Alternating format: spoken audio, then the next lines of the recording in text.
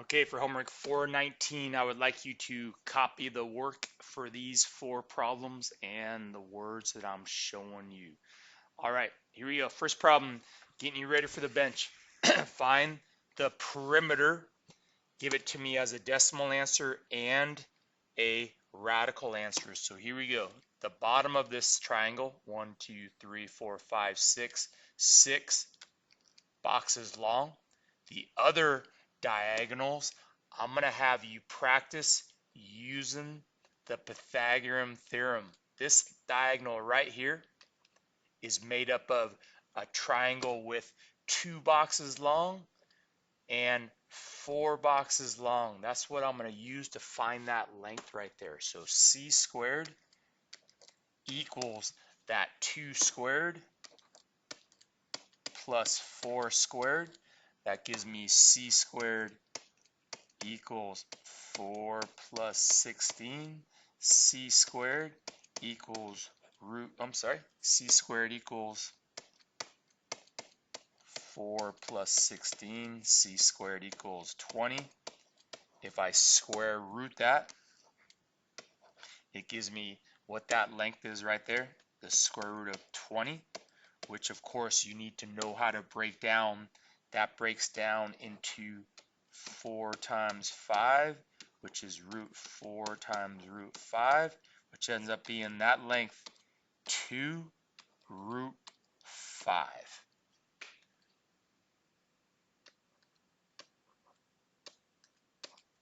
When I do the other length, that's going to be this one right here. Looks like this triangle is bordered by a right triangle with a length of 4 and 4. That's what I'm going to use to find this length right here.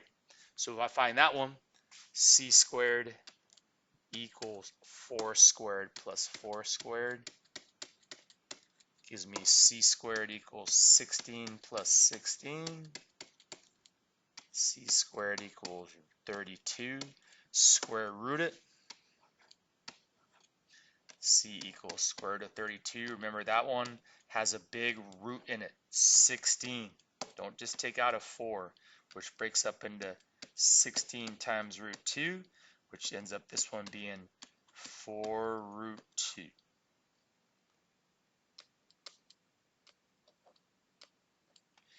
If I wrote that answer as a decimal and added up all those, that would be 6 plus, let's see, square root of 20 or square root of 2 times 4. Maybe as a decimal, let's just do square root of 20. Let's not use the simplified form. First word is blue. Blue. So if I square root 20,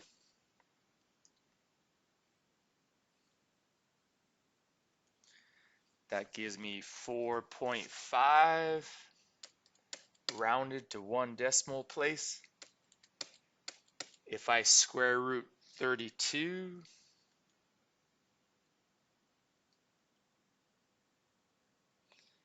that gives me 5.7 rounded to 1 decimal place, I believe. If I add those up, 6 plus 4.5 plus 5.7, that will give me the approximate perimeter as a decimal, 16.2. If I was to add that up with a radical form, it would just look as it is because I cannot combine any of those radical numbers. They both have different numbers underneath the radical. Cannot add those. So I could just write them like unlike terms. If I change them all to decimals though, that will give me an approximate answer. All right, second word is puppy. Puppy, of course. All right, the other two in the middle have you work with perpendicular. Perpendicular, opposite, reciprocal slope. Opposite, reciprocal slope. So if I look at a pair of lines here, I want to find a slope that's opposite reciprocal. These 3 and -3, that's opposite but not reciprocal, so that's no good. If I look at this next one though, if I have 1/3, if I flip 1/3 and make it opposite -3. There it is. That middle one shows two perpendicular lines. This next one, these are just opposites. It's got to be not just the opposite, but the opposite flip-flop. If I take 1/3 and flip-flop it and make it opposite, that's what I'm looking for. All right, next problem. If I give you 4/5, one of those down there has to have that flip-flopped and negative. Only one of those has that slope flip-flopped and made opposite. That would be -5/4.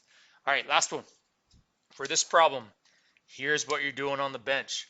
All you're doing is finding that fourth point and then explaining in words the math that you would be doing. So I want you to see that if I repeat this slope pattern from here, looks like I'm going left 1 up 4, which of course is a -4 slope. If I reproduce that from this point, left 1 up 1, 2, 3, 4, I will always get that exact spot. That will get it to be a rectangle or a square if you need it, and it will get it in that perpendicular 90-degree angle form. So left 1 up 4, that's where my next point goes. We'll call that D. I could have also, though, done this pattern from B, right, looks like 1, 2, 3, 4 up 1, right 1, 2, 3, 4 up 1. I could have repeated that too. Right 1, 2, 3, 4 up 1. Do that again. Right 1, 2, 3, 4 up 1. You would have ended up in that same spot to draw a perfectly right angled rectangle. All right, second part for this is write the coordinates. So let me just write that coordinate here best I can. That coordinate for D, that looks like 6, 3. So write that correctly. Looks like that is 6, 3. And then be ready to type. What do you need to prove it's a rectangle? I would need to prove the lines form perpendicular angles, and I would need to prove two sides have equal length. And I can't spell very well.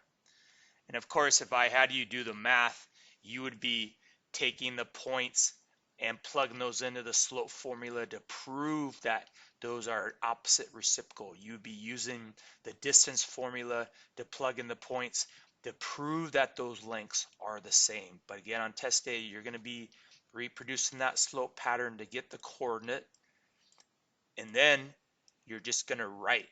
If I was to do the math to prove this, I would have to be doing a bunch of slopes to show that they were perpendicular. I would have to be doing a bunch of distance formulas to show that two sides are equal and the other side, two sides are equal. So explain that best you can in words. Do not feel like you need to use the coordinates to actually calculate that stuff.